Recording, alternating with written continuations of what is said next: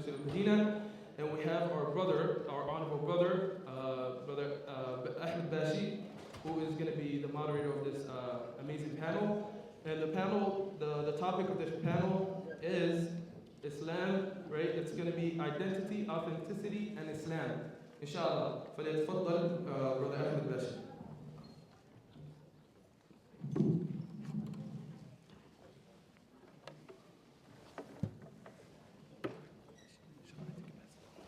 Bismillah.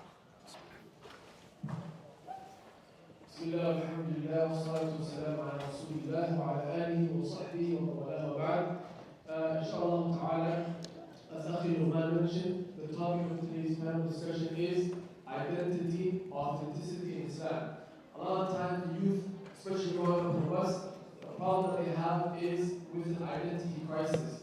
Making sure that your Islam is strong, is authentic, in light of the things that are happening around us today. So inshallah ta'ala, to begin the discussion, I would like to give it to Sheikh Mufti, who is going to be talking about what is Islamic identity, the authentic Islamic identity. What is that? Can you explain it to us? Jazakallahu khair. Bismillah ar-Rahman ar-Rahim. Alhamdulillah, salatu wassalam ala rasulillah amma ba'd. Thanks a lot, first and foremost, everybody for coming out. I really appreciate it. Your time, your money, your efforts, my hosts, the organizers, and I want to make a special dua and a special thanks and a special acknowledgement for the volunteers, the offensive line, the defensive line. The people in the trenches, they don't get as much stardom or fame or limelight, that without them, there would be no quarterback, running back, there would be no wide receiver, once for the offensive and defensive line. So the people that are in the trenches, the brothers and the sisters that are behind the scenes, setting up, cleaning up, preparing, buying, doing all of the hard, gritty work. Thank each and every one of you. And may Allah Azza wa Jalla bless you in this world and the next. With regards to Islamic identity, first and foremost is we got to understand that the word identity is much more than just what you dress like and what you look like. And this is a major misconception with regards to identity crisis, just by how you dress. If you dress a certain way, then your identity is good. You're not going through an identity crisis because of how you're dressing. You're going through an identity crisis because of how you're dressing. So identity is a far broader term. Identity is inward and outward, outward and inward. Your mindset, how you think, how you talk, how you walk, how you behave, all of that is a part of your identity. Secondly, is a major misconception is that we live in a time and a place in which people think that how you dress is insignificant and it doesn't mean anything and it isn't a part of your Islamic identity, or there's no such thing as Islamic identity, Islamic dress code. It's just Arab culture, Somali culture, West African culture, Desi culture, this culture, and the clothes aren't important. These people are wrong that are far right, and these people are wrong that are far left. The right wingers, the left wingers, they're wings of the same bird, two sides of the same coin. So Allah Azza wa Jalla, He made us as a balanced nation, right in the middle. So what I would say is with regards to Islamic identity, then of course, Islamic identity begins and starts with the inside, your heart and your mind. Your heart and your mind. That is the foundation of your identity. I know who I am. I'm proud of who I am. I don't need to apologize for who I am and what I am. Do you know who you are, what you are? Are you scared? Are you afraid? If you have that on the inside, your spirit, your soul, your heart, your mind, the clothing, the walking, the talking, the etiquette of eating and drinking, all of that is relatively easy. So that's first and foremost. And the Prophet ﷺ, he tells us, "Ala inna fil jasadi mudghah," that indeed in the body, the entire body, there's one organ. If that organ is solid and wholesome, then the entire body will be solid and wholesome.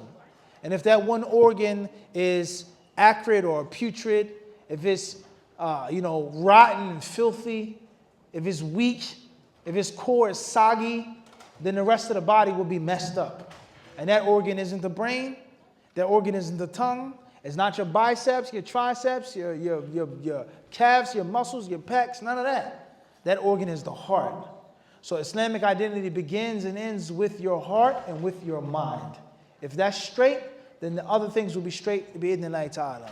Secondly is, I think that it's very important for us to understand history and to read history.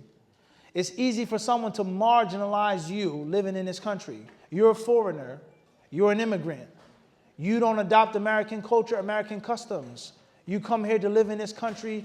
You're foreign, you're weird, you're strange, so on and so forth. Whether you did migrate from another country or you're first, second generation, whether your family is old. But if you look at the history of the United States, there's always someone that can say that to the next person. Whether it's a black and white dynamic, whether it's a red and yellow dynamic, whether it's an African-American dynamic, there's always someone who's older.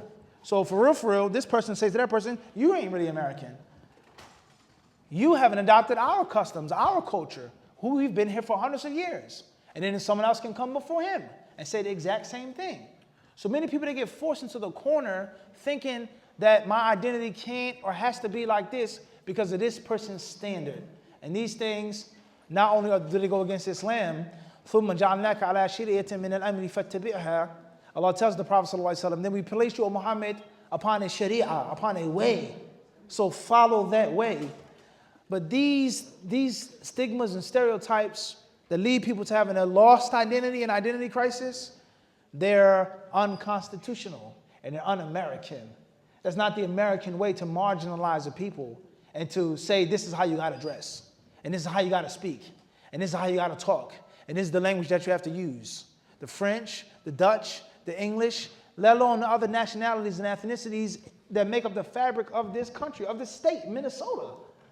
So racism and prejudice, these ills and these diseases, they force people to fall into that pit and that hole of lack of identity crisis. I don't know what I want to be, Muslim. Am I trying to be a diva? Am I trying to be a hijabi? Am I trying to be a gangster? And I'm trying to be a this or that. I don't know what I want to be. Because people, they feel the pressure from the external.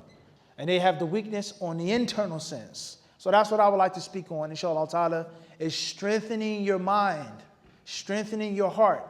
The Quran and the Sunnah is the cure for all illness and disease, all sickness, all misguidance. You find the cure in the Quran and the Sunnah. But we have to make sure that we properly understand these terms and these words. What is your identity? Identity is not exclusive to your dress code. Identity isn't exclusive to your religion or your faith. It's deeper than that. How you feel about yourself. Are you proud to be a Muslim or are you scared? The things that people say about Muslims, does it bother you or doesn't bother you? I think we need to go all the way to the core and then inshallah ta'ala we work our way up. And Allah knows best. Inshallah ta'ala, now that the Shaykh mentioned to us what the authentic Islamic identity is, and we can go to our sister Uzair Aman, who's going to inshallah ta'ala discuss how we then, when we have an Islamic identity, how can we be confident in that and be confident in being Muslims.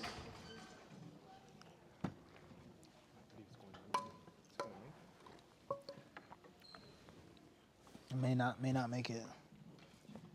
Bismillah.